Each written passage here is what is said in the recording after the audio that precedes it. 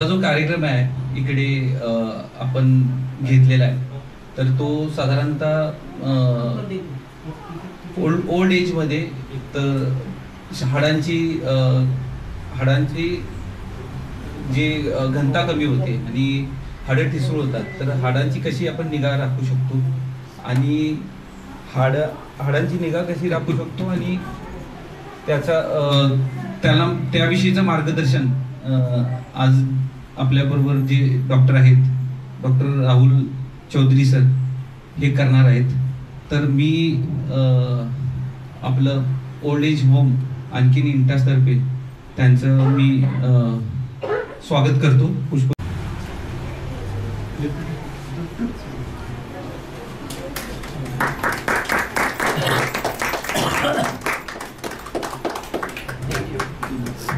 सरांच्या विषयी मी तुम्हाला थोडक्यात माहिती देतो.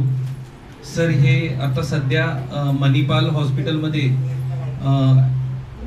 एक स्पाइन सर्जन म्हणून काम करत आहेत. तसेच सरांनी साधारणतः 4000च्या वरती स्पाइनच्या सर्जरीज केलेल्या आहेत आणि त्या सक्सेसफुल झालेल्या आहेत. आणि ह्यामध्ये बऱ्याचशा अशा सर्जरीज आहेत त्या फार डिफिकल्ट होत्या, अगदीच म्हणतात ना की अवघड होत्या आणि त्या पण त्यांनी व्यवस्थित सर्जरी केलेल्या आहेत. तर सर सध्या मणिपालमध्ये स्पाइन सर्जन म्हणून रुजू झालेत आणि त्यांचं पुण्यामध्ये स्वतःचं पण एक कन्सल्टिंग आहे जे डेक्कनलाच आहे, FC रोडला आहे. तर सरांना साधारणतः 17 वर्ष झालीत. चांगला त्यांच्याकडे अनुभव आहे आणि आजच्या कार्यक्रमामध्ये ते तुम्हाला चांगलं मार्गदर्शन करतील आणि त्याचा तुम्हाला फायदा होईल असं मला निश्चित वाटतंय. आता मी सरांना तुम्हाला मार्गदर्शन करण्यासाठी बोलवते. सर तर तुम्ही मार्गदर्शन कराल. थँक्यू.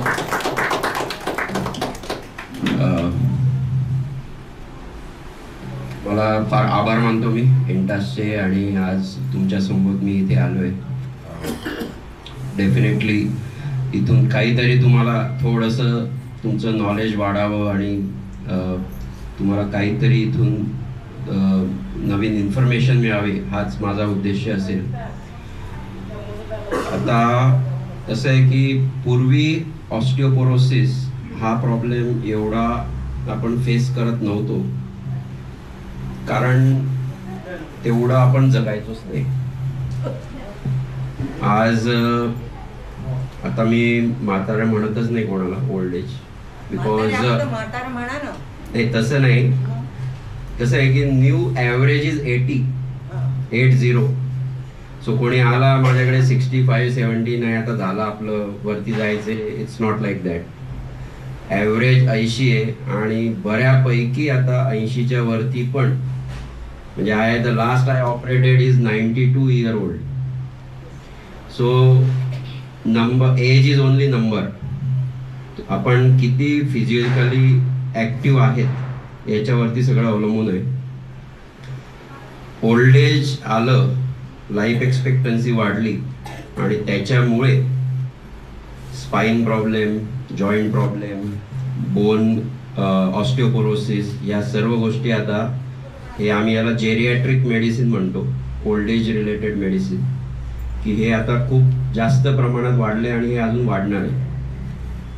कारण तुम्ही गोळ्या खा की नको गोळ्या खा, आम्ही काही मरू देत नाही कोणाला एवढ्या इझिली आता.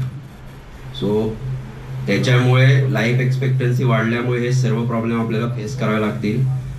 प्रामुख्याने हा प्रॉब्लेम का महत्त्वाचा आहे कारण जर याच्याकडे आपण लक्ष नाही दिलं आपण जगतो पण आपण चालू फिरू शकत नाही, कॉन्स्टंट पेनमध्ये असतो.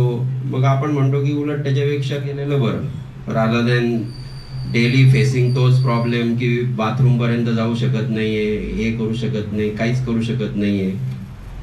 बऱ्याचदा असं असतं की फॅमिलीज आता काय की पूर्वी जॉईंट फॅमिलीज असायच्या. So the old people will be taken care of, म्हणजे कोणी पण असलं तर जॉईंट फॅमिलीमध्ये होऊन जायच्या गोष्टी. आता न्यूक्लिअर फॅमिलीज आहे. इवन आपल्या मुलांना जरी वाटत असलं की आपण त्यांची काळजी घ्यायला पाहिजे पण life has become so fast की ते लिटरली पॉसिबल होत नाही आहे. डे केअरमध्ये तुम्ही म्हणाल की 24 तास मी माणूस लावतो, that is also not possible. So only possible thing is की आपण ॲक्टिव्ह राहिलं पाहिजे, आपल्याला थोडंफार चालता फिरता आलं पाहिजे. We should be socially active. आपल्याला आपलं वॉशरूमला हायजीन मेंटेन करता आलं पाहिजे. So till last breath this is very important. Osteoporosis आपण आज डिस्कस करतोय कारण डेफिनेटली जसं वय वाढतं तसं आपल्या हाडातलं कॅल्शियम हे कमी होतं. जर म्हणाल तर 1 in 3 वुमेन आणि लेडीजमध्ये जास्त होतं कारण त्यांचं मेनोपॉज म्हणजे पाळी बंद झाली आणि कॅल्शियम हे निघून जातं हाडातलं आणि त्याच्यामुळे ते फेस मोर प्रॉब्लेम्स. युजली त्यांना 50-55च्या नंतर हे प्रॉब्लेम सुरू होतात. मेल्समध्ये एवढा जास्त लगेच येत नाही, पण इट कम्स अप टू 60-65. जसं जसं हाडातलं कॅल्शियम कमी होतं तसं तसं मग आपल्याला weakness, tiredness feeling, bone pains म्हणजे हातापायांचं दुखणं आपल्याला बऱ्याचदा कळत नाही हे का होतंय, पण मोस्ट ऑफ द टाइम आपली हाडांची झीज होत असते आणि त्याच्यामुळे ह्या गोष्टी आपल्याला डेव्हलप होत असतात. डेफिनेटली हा जो प्रॉब्लेम आहे हा प्रिव्हेंटेबल आहे. टू सम एक्सटेंट आपण त्याला रिव्हर्स करू शकतोय विथ न्यूअर मेडिसिन्स. आणि त्याच्यामुळेच आपण इथे जमा झालोय की आपण याच्यावर मात कशी करू शकतो किंवा ॲटलिस्ट याला कंट्रोल कसं करू शकतो आणि याच्यापासून होणारे प्रॉब्लेम्स आपण कसे प्रिव्हेंट करू शकतो. सो नंबर 1 आपण याच्याकडे जाऊयात की व्हॉट एक्झॅक्टली इज ऑस्टिओपोरोसिस. जसं मी सांगितलं हाडातलं कॅल्शियम कमी होणं. So this is a osteoporosis. याच्यात काही आमचं एक पर्टिक्युलर इन्व्हेस्टिगेशन असतं आम्ही जसं आता हे BMD स्कॅन आपण करतो, याच्यात आपल्याला व्हॅल्यूज कळतात. त्या व्हॅल्यूजवरनं आपल्याला एक आयडिया येते की किती जास्त प्रमाणात ऑस्टिओपोरोसिस आहे. जेवढं सिव्हिअर तेवढं तुमची फ्रॅक्चर रिस्क ही जास्त होऊन जाते, खूप वाढते. त्याच्यामुळे जर तो नंबर आपल्याला कळला आणि तो खूप जास्त असेल तर आपल्याला लगेच त्याला ट्रीटमेंट चालू करता येते. जनरली सगळे म्हणतात की हां मी रोज कॅल्शियमची गोळी खाते, मला काही प्रॉब्लेम नाही आहे. It's not like that. तुम्ही जे कॅल्शियम खाता त्याच्यातलं फक्त 10% ॲब्सॉर्ब होतं. 90% goes to the waste. It doesn't get absorb into your body. परत तुमच्या आहारात जनरली ह्या वयामध्ये तुम्हाला 1200 to 1500 मिलीग्रॅम कॅल्शियम पाहिजे असतं आणि तसं तुम्ही जर कॅल्क्युलेट केलं तर it comes down to below 500. त्याच्यामुळे आम्ही नेहमी सांगतो की तुम्ही एक कॅल्शियमची गोळी खाल्ली पाहिजे. आता त्याच्यासोबत मग आपल्याला काही काही मेडिसिन्स ॲड करता येतात जर आपल्याला सिव्हिअर ऑस्टिओपोरोसिस असेल तर. पुढची महत्त्वाची गोष्ट म्हणजे ऑस्टिओपोरोसिसमुळे आपल्याला काय काय प्रॉब्लेम होऊ शकतात. जसं मी सांगितलं की सर्वात पहिले तर आपल्याला बॉडी पेन्स, नॉन स्पेसिफिक हातापायांचे दुखणे की त्याला काही एक्सप्लेनेशन नाही आहे. आपण कधी एक्सरे करतो, MRI करतो, टेस्ट करतो, डॉक्टर म्हणतात काही नाही, थोडी हाडांची झीज आहे. पण बऱ्याचदा जर आपण बोन मिनरल डेन्सिटी केली, डेक्झा स्कॅन केलं तर आपल्याला कळतं की आपले हाडं खूप कमजोर झालेले आहेत. So it is a silent disease. असं कधीच मिडल ऑफ द नाईट तुम्ही उठून येणार नाही की मला ऑस्टिओपोरोसिस झाला आहे. It is a very slow silent disease. जसं दिवस जातील तसं तो वाढत जातो. महत्त्वाचा प्रॉब्लेम म्हणजे पेन्स एक भाग झाला. जर आपण वेळीच ट्रीट नाही केलं तर नुसतं आपला जरी पाय सरकला किंवा गाडीत बसले आणि नुसतं जर्क बसला तरी पण मग आपल्याला फ्रॅक्चर होतं. कोणकोणते फ्रॅक्चर कॉमन आहे? सर्वात मेन म्हणजे स्पाईनचे फ्रॅक्चर्स, नंतर खुब्याचं फ्रॅक्चर, रिस्टचं fracture. These are the 3 common sides की तिथे तुम्हाला हाडं जर तुमचे कमजोर असले तर तुम्हाला इझिली फ्रॅक्चर होतं. नुसतं एक जर्क जरी बसला तरी तुम्हाला फ्रॅक्चर होतं. ओल्ड एजमध्ये फ्रॅक्चर झालं म्हणजे it is a very dangerous situation. बऱ्याचदा स्पाईन किंवा हिपमध्ये झालं तर मग it comes down to the surgical management किंवा मग आम्हाला काही काही टेक्निक्स वापरायला लागतात. पण एकंदरीत it take a long toll on your health. तुमचं रुटीन डिस्टर्ब होऊन जातं आणि बऱ्याचदा अतिशयोक्ती नाही, पण आता हिप फ्रॅक्चरमध्ये जर आम्ही बघितलं तर ऑलमोस्ट 70% मॉर्टॅलिटी असते 6 months to 1 year मध्ये फ्रॅक्चरच्या. मॉर्टॅलिटी म्हणजे डेथ इमिजिएट नाही, पण 6 महिने वेगवेगळ्या कॉम्प्लिकेशन्स डेव्हलप झाल्यामुळे 6 महिने ते 1 वर्षात 70% लोक दगावू शकतात. So such a severe problem is that. म्हणजे ऑपरेशन केलं, सक्सेस झालं आणि संपलं असंही नाही आहे, कारण त्याच्यानंतर काही ना काही वेगळं परत सुरू होऊन जातं. कुठं इन्फेक्शन होतं, कुठे काही होतं, चेस्ट इन्फेक्शन, रक्ताच्या गुठळ्या. So prevention is always better. त्याच्यामुळे कधी पण जर आपल्याला ऑस्टिओपोरोसिस हे माहीत करून घ्यायचं असेल तर वी हॅव टू, आता हे छान गोष्ट आहे की यांनी कॅम्प अरेंज केला आहे, नाही तर you can always come to the hospitals. There is always a wellness checkups असतात, वेगवेगळे हॉस्पिटल नेहमीच कंडक्ट करतात. So you always participate. तिथे तुम्हाला कळतं की आपली हाडांची लेवल काय काय नाही, काही इंजेक्शन्स दिले जातात आणि कधी त्याच्याने बऱ्यापैकी 70-80% पेशंटचे दुखणे पण कमी होतात. तर हा एक भाग झाला की आपल्याला ऑस्टिओपोरोसिसमुळे फ्रॅक्चर होऊ नये आणि पेन्स कमी व्हावे म्हणून आपल्याला ऑस्टिओपोरोसिस ट्रीट करणे हे फार आवश्यक आहे. आता ऑस्टिओपोरोसिस होऊ नये याच्यासाठी डाएटमध्ये आपण काय करू शकतो? डेफिनेटली एक सर्वात महत्त्वाचा घटक म्हणजे व्हिटॅमिन डी. व्हिटॅमिन डी हा फार महत्त्वाचा असतो. It is a catalyst.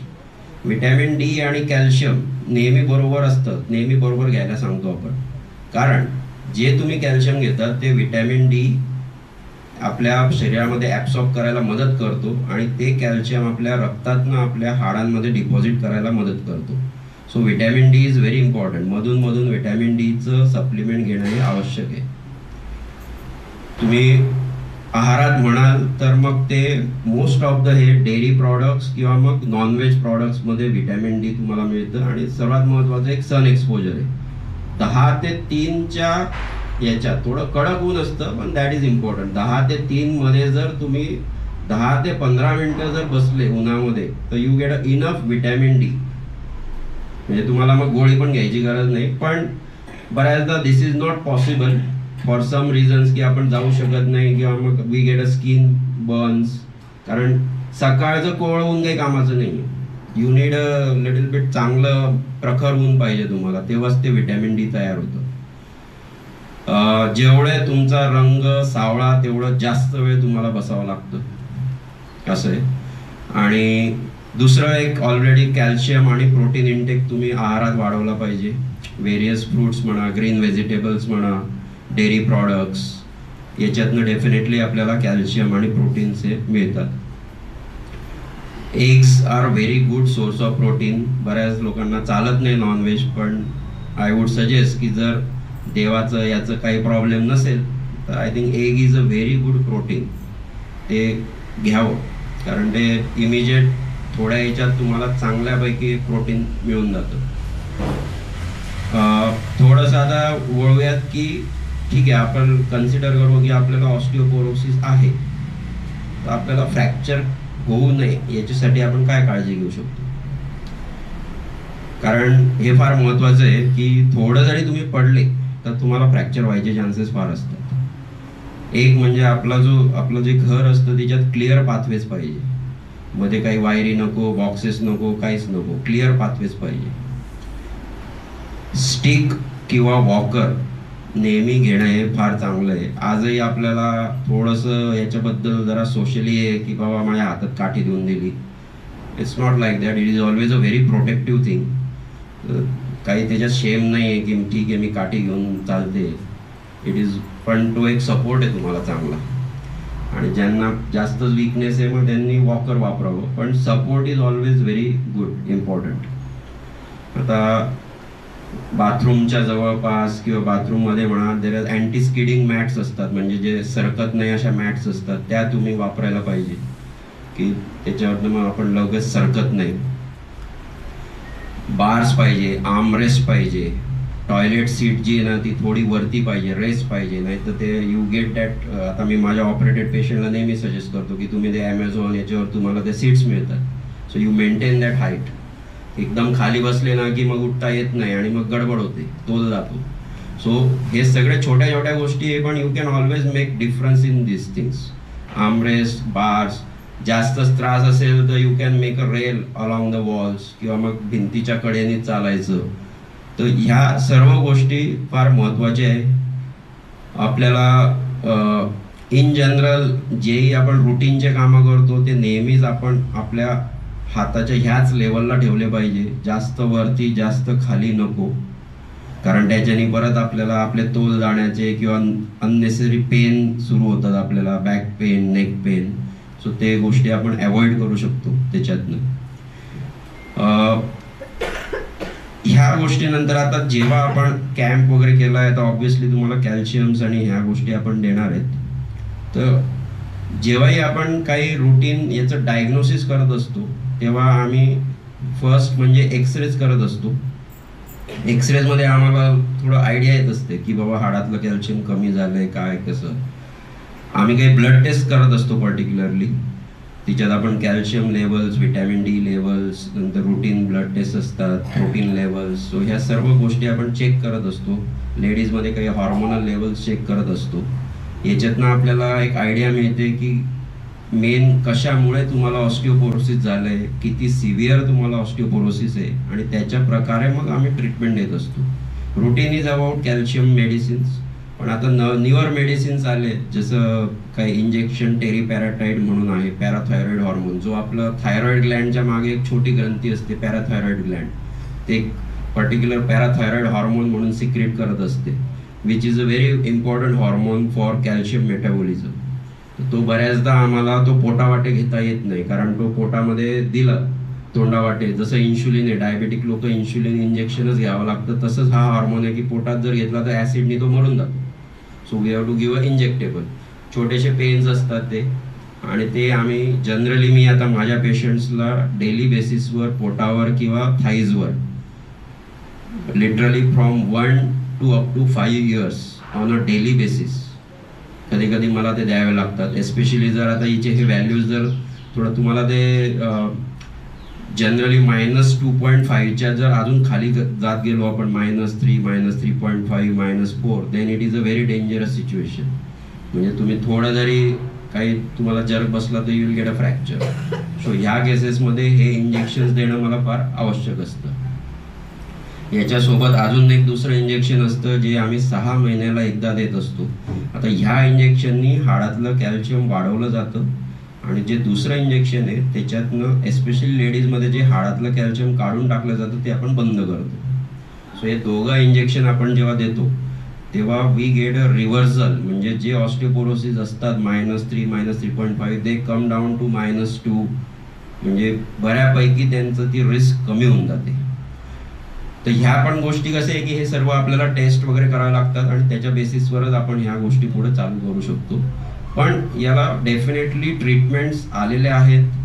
It is definitely आपण बऱ्यापैकी हा डिसीज आता कंट्रोल करू शकतो, आणि एकंदरीत काळाची गरज झाली आहे की हे ऑस्टिओपोरोसिस ट्रीट करणं फार आवश्यक आहे. कारण अननोटीस झालं तर मग you get a severe fractures, admissions, आणि तिथूनच मग डाऊन पाथ चालू होऊन जातो आपला. So we don't want that. म्हणून आपण आज इथे जमलो आहे की हा जो एक डिसीज आहे याच्याबद्दल तुम्हाला माहिती पाहिजे.